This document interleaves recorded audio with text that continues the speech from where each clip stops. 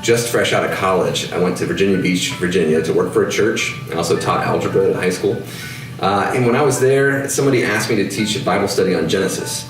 And I didn't know that much about it, so I went to the local bookstore and I picked up a random book off the shelves in the religion section on Genesis, and it happened to be Walter Brueggemann's interpretation commentary on the book of Genesis. And I sat down in the cafe in the bookstore and I basically read it cover to cover, and then I went and bought it, went home, and I told people, I want to do this. My name is Brennan and I teach Old Testament here at Columbia Theological Seminary.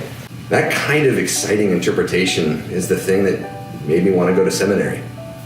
And after I went to seminary, I said, I want to do the kind of work that Walter Brueggemann does. I want to do that kind of biblical scholarship that melds ancient and modern, that pays close attention to the text and its rhetorical textures, but also that pays attention to the modern world and pays attention to questions of justice, questions of contemporary theology, questions of interpretation and practice. What the world needs is people who know how to think and talk and respond to contexts that are emerging and changing all the time. And I think one of the things that is exciting to me about our classrooms is when I can see students being shocked by something or surprised by something, and students being open to seeing things that they've never seen before, never even thought about before. And then taking a step back and thinking, how am I going to respond to this and how am I going to use it instead of trying to ignore it or cover it up and so on. There's a lot of strange things in the Bible. There's a lot of things that are challenging to us. And quite often we're told to read against those things or just ignore them. But instead, I think what our world needs is for people to be able to be surprised, because it's sometimes in those moments where we actually aren't sure what we see or we aren't sure what we know that the Holy Spirit has an opening to be able to work. So I just came back from a 2.5-week trip to Central Europe. It wasn't a vacation. It was for a course called Explorations. So every second year of our 3-year MDiv program, we take all of our students somewhere that's not their own context, somewhere that makes them feel uncomfortable.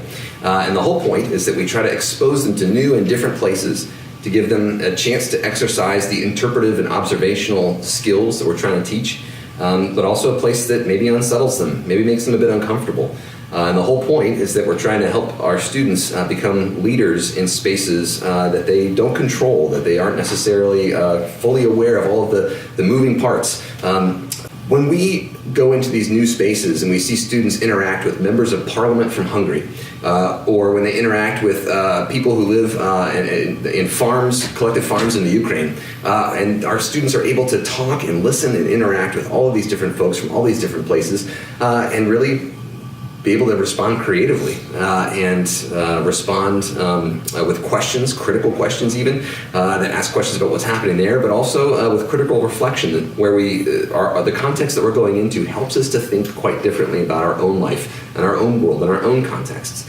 So what you get here is a combination of scholars, faculty who are working and getting the support and the time to be able to research and create new ideas, which is very hard work and takes a lot of time. But also those same faculty are engaged in teaching that actually responds to students. And all of us care deeply about teaching. All of us care deeply about getting to know students beyond just pieces of our classroom, but as real people. This is, I think, where the Spirit is moving, and we're listening to that call here.